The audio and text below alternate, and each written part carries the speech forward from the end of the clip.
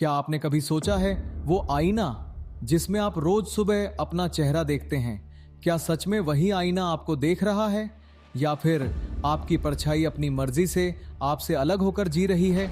यही सवाल शुरू होता है इस कहानी से। और जिस दिन उस आदमी ने पुराना आईना खरीदा, उसी दिन उसकी जिंदगी खत्म हो गई, कम से कम उसके लिए असली दुनिया में। अर्जुन 32 साल का एक साधारण इंसान दिल्ली में एक छोटा सा फ्लैट अकेला रहता है। एक नौकरी है जिसे वो नापसंद करता है और दिन भर की थकान के बाद उसका सबसे बड़ा सहारा है पुरानी चीजें इकट्ठा करने का शौक का। पुराने बाजारों में जाकर धूल से ढके सामान को देखना और घर ले आना। उसे लगता था हर चीज की अपनी कहानी होती है।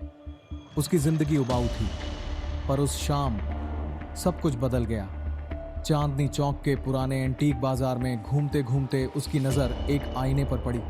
बड़ा सा आयताकार आईना, किनारों पर काले रंग की लकड़ी की नक्काशी, जैसे किसी हवेली से उतारा गया हो। आईना साफ नहीं था, उसकी सतह पर हल्का सा धुंधला धब्बा था, जैसे धुएं की परत चढ़ी हो। दुकानदार बोला, साहब, ये आईना बहुत पुराना है, कहते हैं किसी अंग्रेज के बंगले से आया था। लोग डरते हैं, कोई इसे घर नहीं ले जाता। अर्जुन मुस्कुराया। लोगों की बातें सुनकर मैं सामान लेना बंद कर दूं तो मेरा शौक ही बेकार हो जाएगा। और उसने आईना खरीद लिया। आईना उसने अपने बेडरूम में दीवार पर टांग दिया। रात को सोने से पहले वह खड़ा होकर खुद को देखने लगा। आईना थोड़ा धुंधला था, लेकिन उसकी परछाई बिल्कुल साफ दिख रही थी। बस एक अजीब बात थी, जब वह पलक झपकाता तो उसे लगा कि उसकी परछाई जरा देर से पलक झपकाती है। वह हंसा, शायद रोशनी का खेल होगा। पर उस रात सोते सोते उसे लगा जैसे आईने के अंदर कोई हल्की सरसराहट हो रही हो, जैसे कोई धीरे से हंस रहा हो। सुबह उठकर उसने फिर आईने में देखा। आज आईना बिल्कुल साफ था, कल से भी ज्यादा। उसकी परछाई सामान्य दिख रही थी, लेकिन जैसे ही उसने कमरे से बाहर कदम रखा, उसने अपनी आंख के कोने से देखा। आईने में उसकी परछाई अब भी खड़ी थी, जबकि असल में वह कमरे से बाहर निकल चुका था। उसका दिल धक से रह गया। अर्जुन ने सोचा, शायद नींद पूरी न होने की वजह से भ्रम हो रहा है। वह वापस कमरे में गया। आईना अब सामान्य था, पर उसके दिल की धड़कन अजीब तरह से तेज हो चुकी थी। अर्जुन ने सोचा कि शायद पिछली रात जो कुछ हुआ वो बस उसकी थकान का नतीजा है। वो अपने दिमाग को समझा रहा था, आईना तो बस आईना है, इसमें डरने जैसी कोई बात नहीं। लेकिन सच्चाई ये थी, आईना अब सिर्फ आईना नहीं रह गया था। अर्जुन रोज रात को आईने में झांकने लगा, जैसे खुद को यह साबित करना चाहता हो कि सब सामान्य है। पर धीरे धीरे उसने नोटिस किया, परछाई उसकी कॉपी नहीं कर रही थी। वो हाथ उठाता तो आईने में हाथ थोड़ा देर से उठता। वो सीरियस चेहरा बनाता तो आईने में चेहरा मुस्कुराने लगता। कभी कभी तो उसे लगता जैसे परछाई उसके खिलाफ खेल खेल रही हो। एक बार जब अर्जुन गुस्से में था तो परछाई मुस्कुराई, और जब अर्जुन उदास था तो परछाई ने आंखें बड़ी करके ऐसे घूरा जैसे मजा ले रही हो। एक रात अर्जुन सोने से पहले बिस्तर पर बैठा था। आईने में उसने झांका और उसकी सांसें अटक गईं। परछाई खुद ब खुद होंठ हिला रही थी। कमरे में आवाज नहीं थी, लेकिन होंठों की हरकत साफ दिख रही थी। अर्जुन धीरे धीरे करीब गया। उसने ध्यान से पढ़ने की कोशिश की, और फिर उसके रोंगटे खड़े हो गए। परछाई कह रही थी, तू असली है या मैं? अर्जुन का शरीर पसीने से भीग गया। उसने झटके से लाइट बंद की और आंखें कसकर मूंद ली। पर अंधेरे में भी उसे लगता रहा जैसे आईना उसकी सांसों की गूंज दोहरा रहा हो।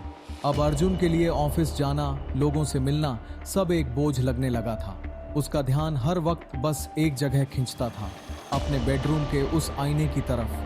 कभी उसे लगता कि घर पहुंचने से पहले ही आईना उसे याद कर रहा है, और जब वो दरवाजा खोलकर अंदर जाता तो माहौल बदला हुआ मिलता। एक शाम उसने देखा, आईना जिसे उसने दीवार पर टांग रखा था अब फर्श पर रखा हुआ था। उसने हाथ लगाकर जांचा, कोई निशान नहीं, कोई आवाज नहीं, जैसे खुद ब खुद नीचे उतर आया हो। और फिर उसमें अपनी छवि देखी। परछाई उसे घूर रही थी, धीरे धीरे होंठ हिला रही थी। जल्द ही मैं बाहर आऊंगा। अर्जुन ने कांपते हाथों से आईने पर एक मोटी चादर डाल दी। उसने खुद से वादा किया, कल सुबह इसे फेंक दूंगा, जो भी हो, ये अब मेरे घर में नहीं रहेगा। लेकिन उसी रात जब कमरे की बत्ती बंद हुई तो उसे लगा चादर के नीचे से कोई हाथ हिल रहा है, आईना हिल रहा है। धीरे धीरे खिसकते हुए दीवार से सट गया और वहां से खटखट की आवाज आने लगी, जैसे कोई अंदर से बाहर निकलने की कोशिश कर रहा हो। रात का सन्नाटा था। आईने पर डाली हुई चादर अचानक जमीन पर गिर गई। अब आईना खुला खड़ा था और उसमें अर्जुन की परछाई खुद ब खुद हिल रही थी। अर्जुन चौंक कर पीछे हट गया। उसकी सांसें तेज थीं, परछाई मुस्कुरा रही थी। बहुत देख लिया तूने मुझे, अब मेरी बारी है। और फिर आईने की सतह लहराने लगी, जैसे पानी की परत हो। परछाई ने धीरे धीरे अपना हाथ बाहर निकाला। उस ठंडी बर्फ सी सफेद उंगलियों ने अर्जुन का हाथ पकड़ लिया। अर्जुन ने छुड़ाने की कोशिश की, पर पकड़ इतनी मजबूत थी कि उसकी हड्डियां चटकने लगीं। एक झटके में पूरा शरीर आईने से बाहर आ गया। वही चेहरा, वही कपड़े, बस एक फर्क, उसकी आंखें बिल्कुल काली थीं और होठों पर अजीब सी टेढ़ी मुस्कान। असल अर्जुन हैरान होकर देखता रह गया। आईने वाला अर्जुन बोला, अब मैं असली हूं, तू वहीं रहेगा जहां तेरी जगह है। उसने अर्जुन को धक्का दिया, सीधे आईने की सतह में। आईने के भीतर की दुनिया अर्जुन गिरते ही चीख उठा। आईने के अंदर अंधेरा था, इतना गहरा कि उसे अपने ही हाथ पैर तक नहीं दिख रहे थे। चारों तरफ सिर्फ हजारों परछाइयां थीं, सब इंसानी चेहरे, सब आईनों में फंसे हुए, और सबकी आंखें डर से फटी हुईं। वो सब धीरे धीरे फुसफुसाने लगे, अब तू भी हमारे जैसा है, अब तू भी बाहर कभी नहीं जा पाएगा। अर्जुन ने दीवानों की तरह आईने की सतह पर चोट की, पर बाहर खड़ा उसका हमशक्ल उसकी जगह ले चुका था। सुबह हुई। पड़ोसी ने अर्जुन को बालकनी में कॉफी पीते देखा।